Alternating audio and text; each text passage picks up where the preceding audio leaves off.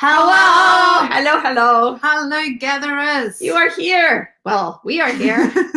The eternal wait. The Eternal Wait with the Gracious Badger, starring Gracious Badger and Gracious Badger fan, AKA Martha Beck. Yeah, so we're Wendy! Wendy from Blue Mountains. Wendy Not from Wendy from Blue Guelph. Not anymore. She moved. Well, she was from Guelph. She was from Guelph. So technically, wouldn't she always be a little bit from Guelph?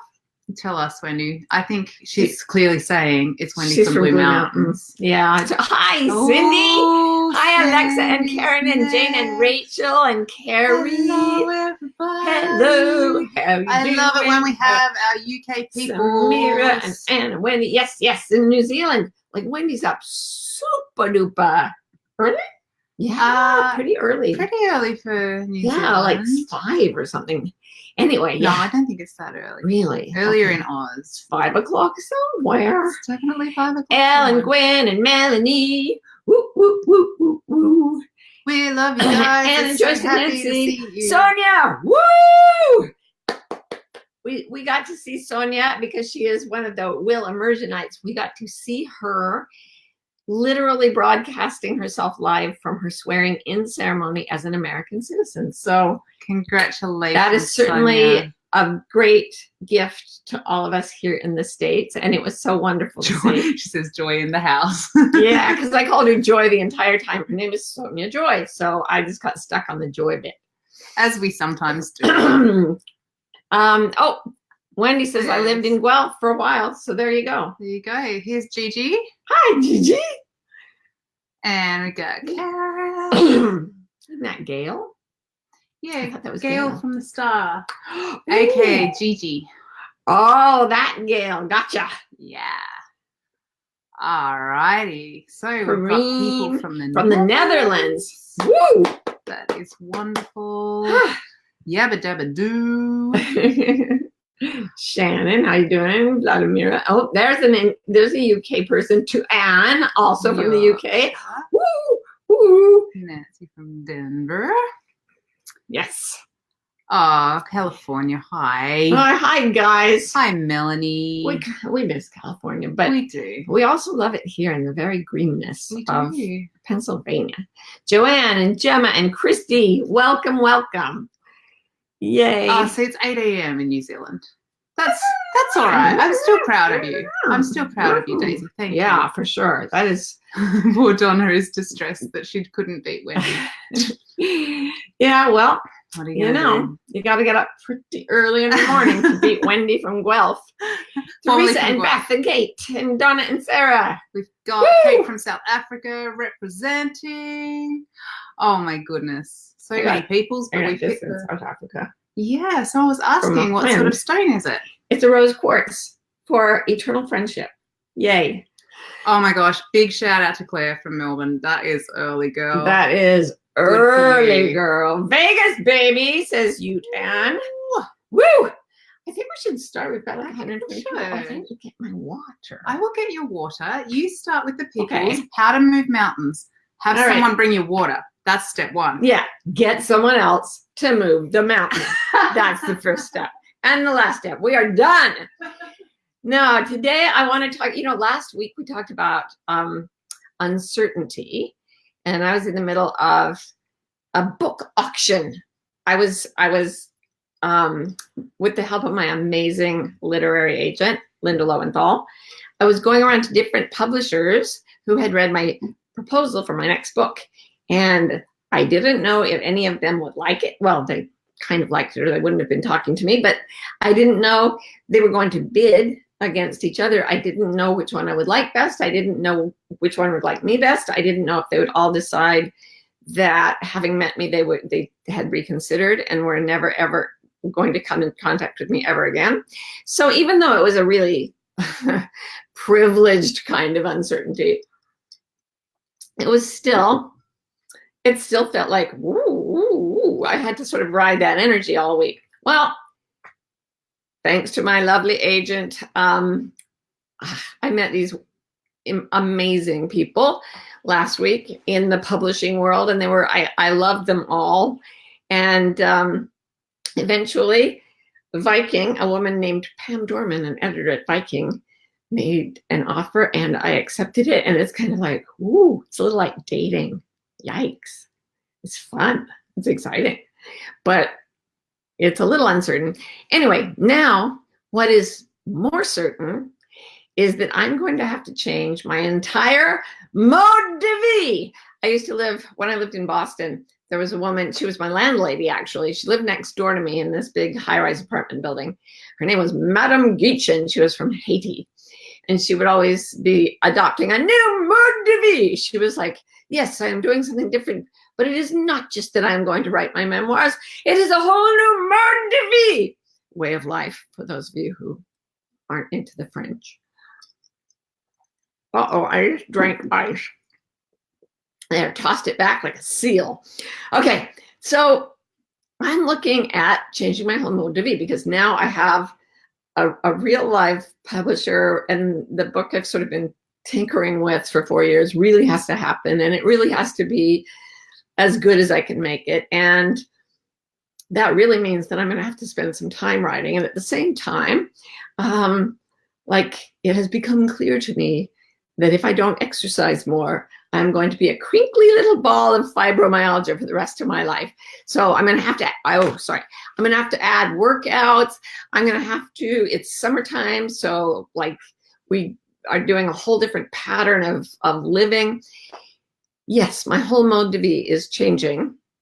And fortunately, I kind of know how to do that.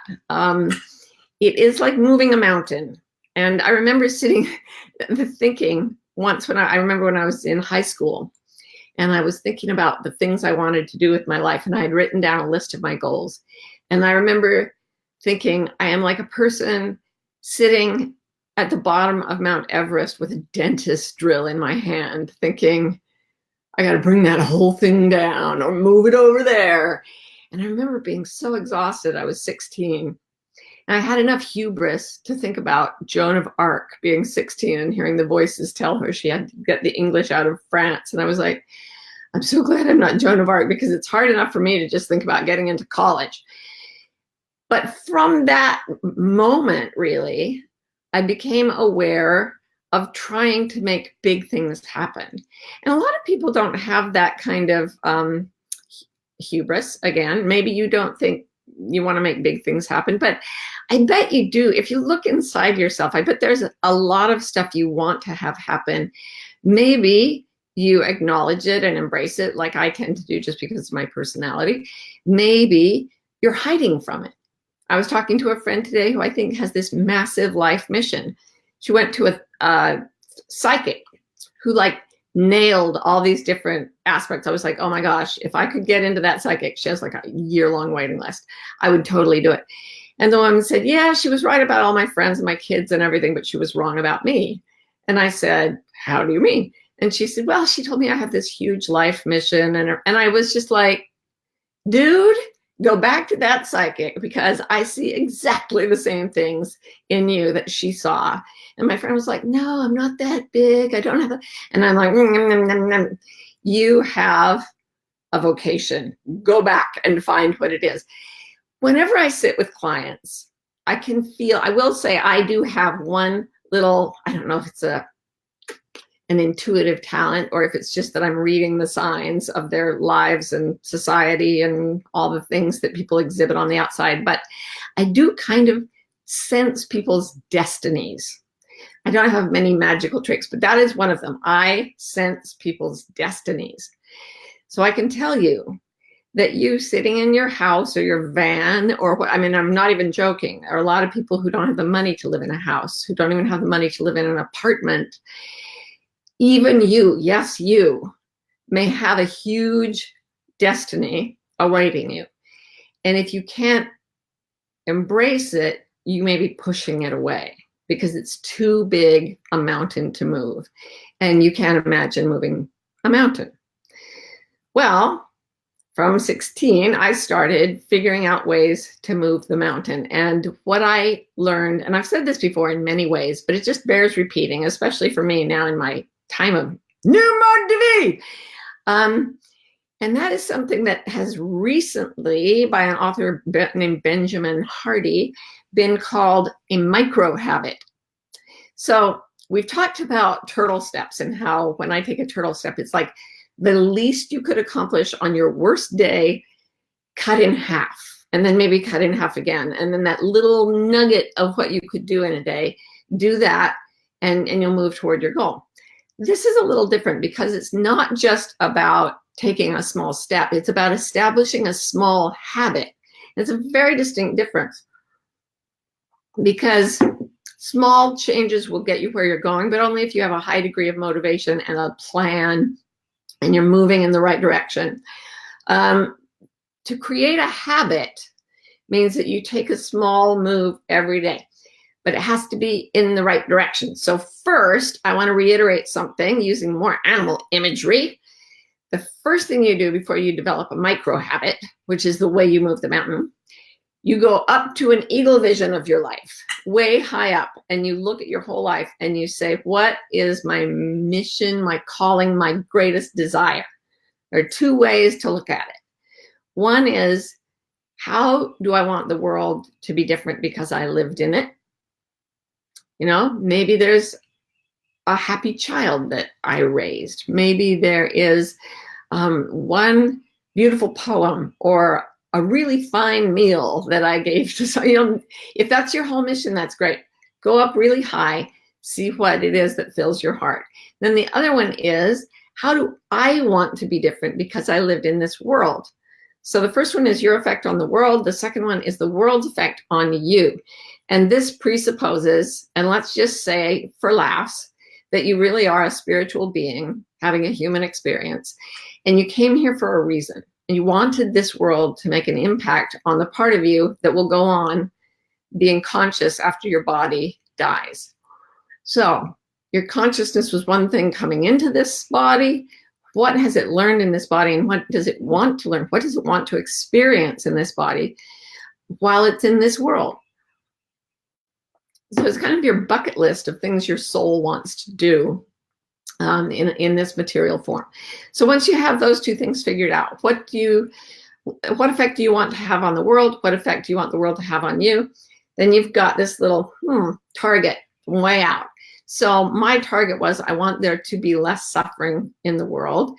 And that's how I want to affect the world. And the way I want the world to affect me is I want to feel less fear and more compassion. So I want to be able to walk into situations that seem frightening and not feel any fear, just feel compassion.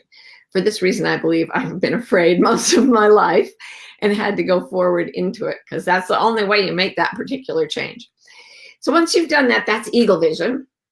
And you're going to drop down into mouse vision and say, what thing can I do? What little habit can I create that is going to take me from today toward that goal?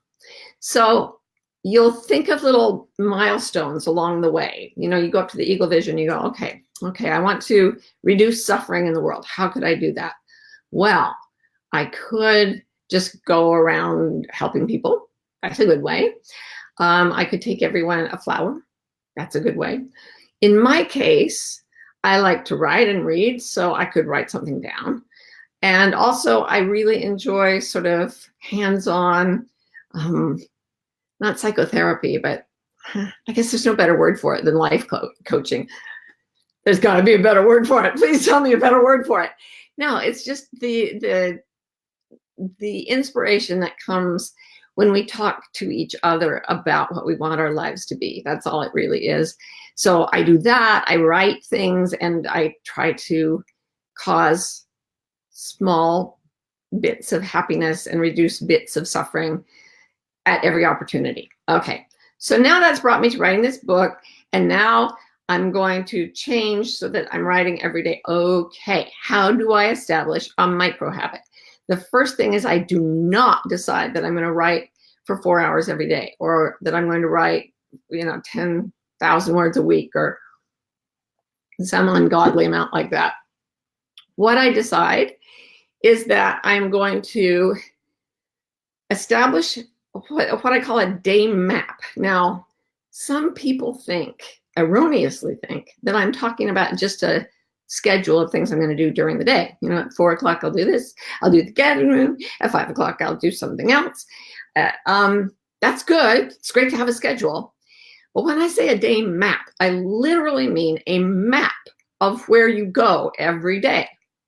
So if, and it's weird, we're creatures of habit. So I loved this one study on hamsters, where hamsters had to follow a very circuitous route to get into their little den where there was food, and the experimenters put up all these obstacles, and the hamsters would have to go this really strange way to get to the food. And then they took all the obstacles away, and the hamsters would still follow exactly the same path. It imprinted on their brains. There's something about the places we move in our houses, in our towns, in our backyards. Just moving there starts to establish a pattern. So yesterday, I am lucky enough to have a little workout room downstairs in the basement of my very house.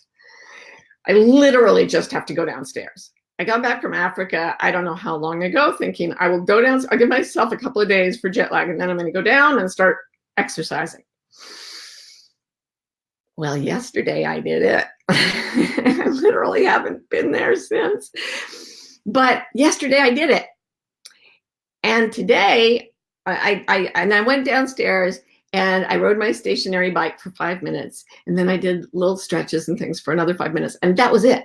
And I had, you know, all my friends and neighbors cheering me on. You can do it! Like I was in the Olympics. I got a playlist together. Also, I could exercise for 5 minutes. Now today, this is my weird fibromyalgia body, which is feeling fine, but I have to do good upkeep on it. Today, I will go down to the little workout room, not because I'm going to do the bike again. I'm going to give myself a day off before I get fit enough, but to establish the map. You have to establish the map, the actual physical practice of going to the physical location where something happens. So when I was driving to the gym, I would just drive to the gym, and I didn't always go inside, but I would drive there, and then I'd go to the store or something. But every day I'd park in the parking lot of the gym, because that became my map. So then I need to have a writing spot. And I like to write lying down on account of all the physical issues in my life, which, as I said, are very well controlled. I don't have a lot of symptoms. But often, I wrote almost all my books lying down on my bed with a laptop on my knees. Well, I'm not going to do that because bed is where I sleep. And so the map is confusing to my inner hamster.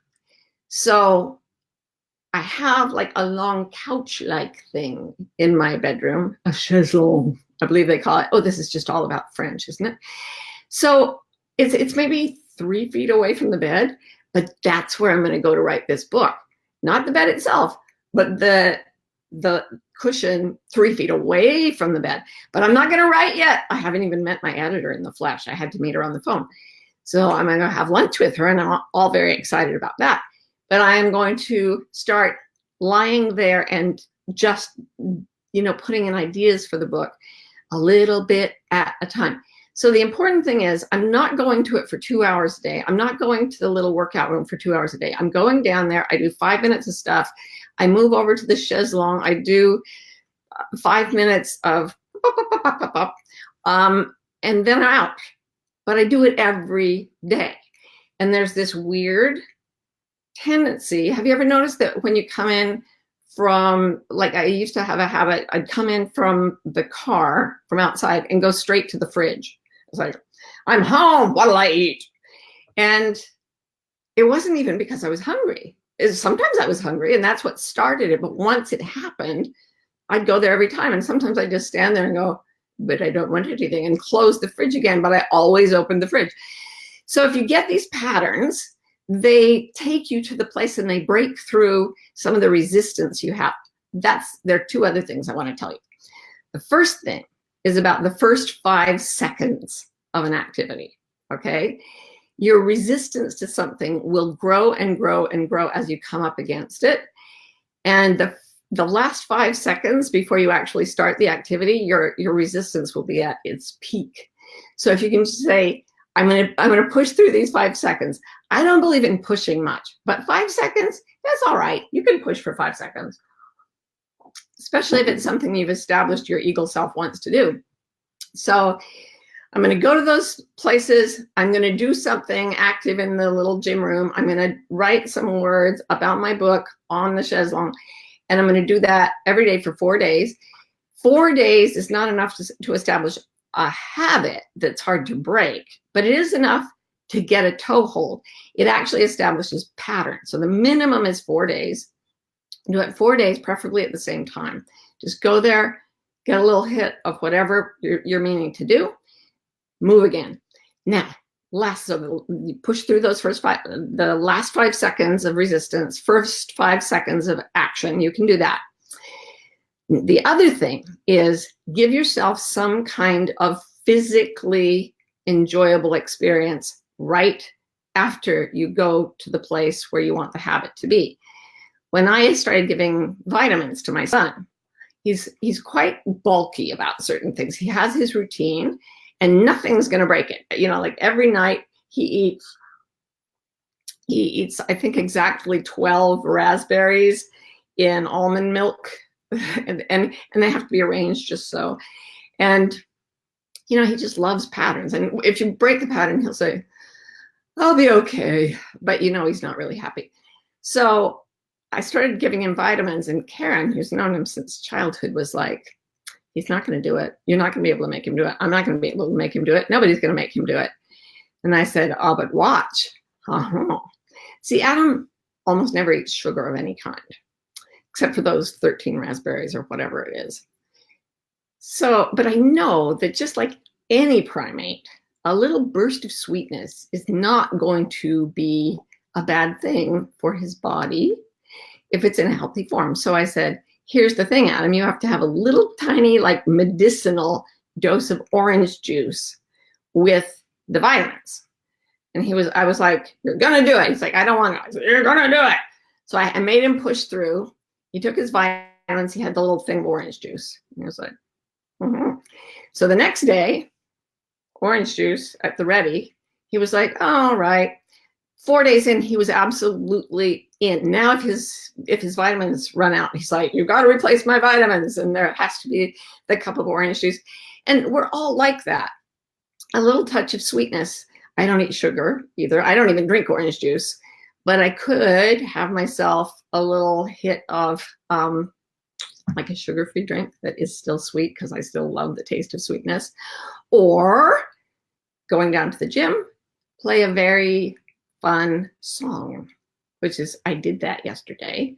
I played a favorite song, and then I was quite happy to be there in the little gym room. Had to turn it off outside the gym room. When I go to write, I'll put myself down on that chaise longue, and I am going to open the window by my head and listen to the bird songs outside, because the bird songs in our environs are just crazy beautiful. So, and if that doesn't work, I'm going to try a little something more interesting. Oh my God, did I talk through the whole half hour? I was supposed to talk through just a few minutes.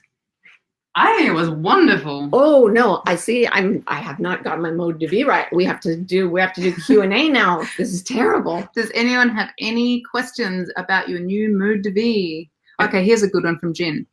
She says, but Martha, what about the voice that says 5 minutes? 5? How is this book going to get written if all you can do is 5 effing minutes? You loser. I have no idea what that's like, Jen. No, I've never experienced that. She's the worst offender. I must write 25 pages each day. Actually, one of Benjamin Hardy's recommendations for a micro habit that will change your life most, his number one thing is write 1 paragraph. 1 paragraph. And here's the thing. Every time I have a client fight me on this, they always fight me by saying it's not enough. And then the next week I ask them, did you do anything? And they didn't.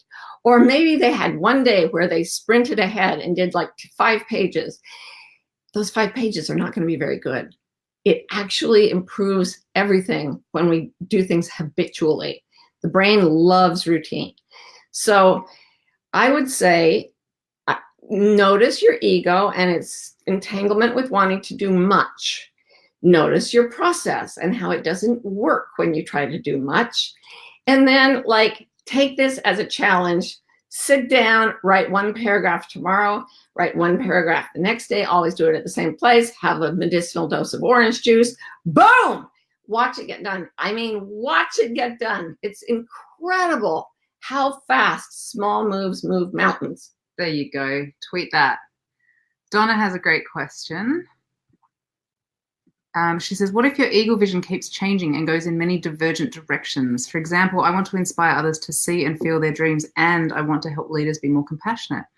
I also have, because I'm older than dirt, you're not, about 40 other eagle visions. How do I get focused to move one mountain at a time?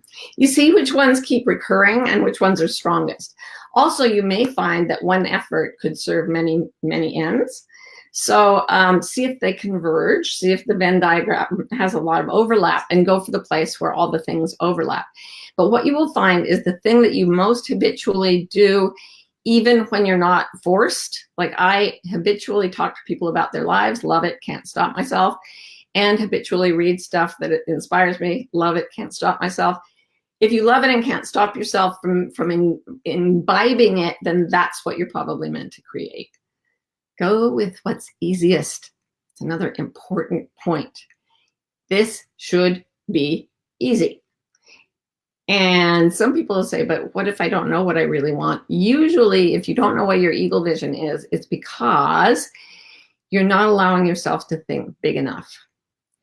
You're not allowing yourself to think of being like the bodhisattva of compassion or whatever. It's too big for you. So your ego the ego goes astray in two ways. One is thinking it's more important than it is. I am going to be a star, you know. And the other one is thinking it's less important than it is. There's nothing I can really do. Oh, I couldn't do that. Like my friend saying, the psychic told me I had this huge mission. And I'm like, girl, you got a huge mission. And I could have told you that 10 years ago. So get the opinion of a friend. See if you're underrating yourself. And then you're just going to have to trust.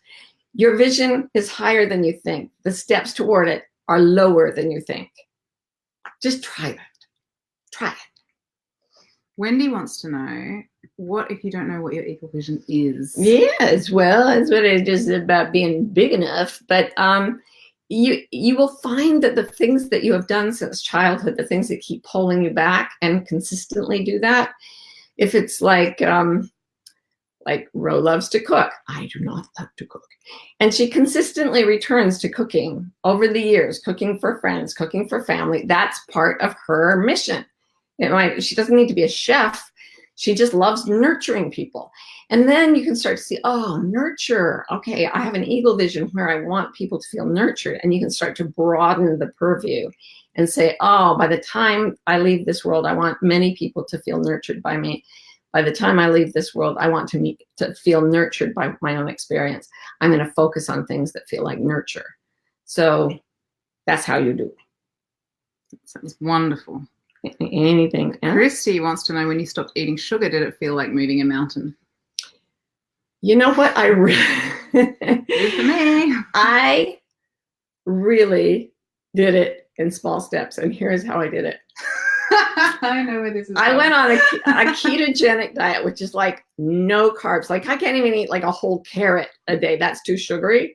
Oh, no. All I can eat is like green vegetables and like meat, but I can eat a lot of fat, which I was getting not enough of. And most of us aren't getting enough healthy fat, by the way. This is the big new finding.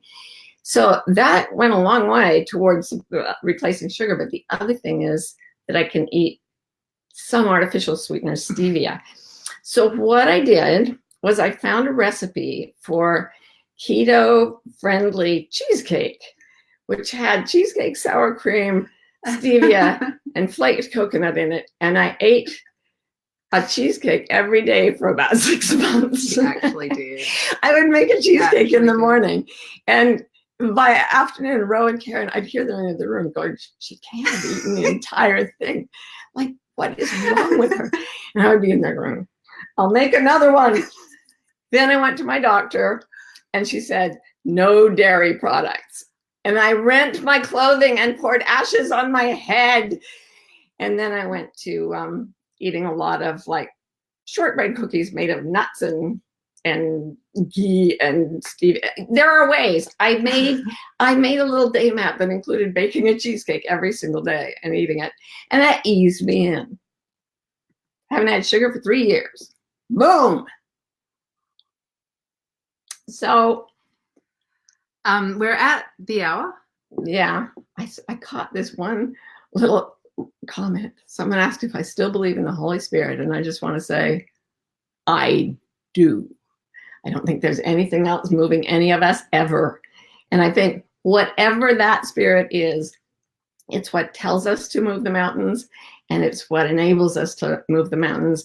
And when we do the tiny micro habits and put ourselves in the right place, what happens is that pours through and it starts to do things that we, our little selves, could never dream of. So that's the little spiritual twist on this at the end of the hour. And thank you, Timothy, for that question. Yes. And I'm sorry I didn't talk so long, but I hope you have a wonderful time experimenting with this.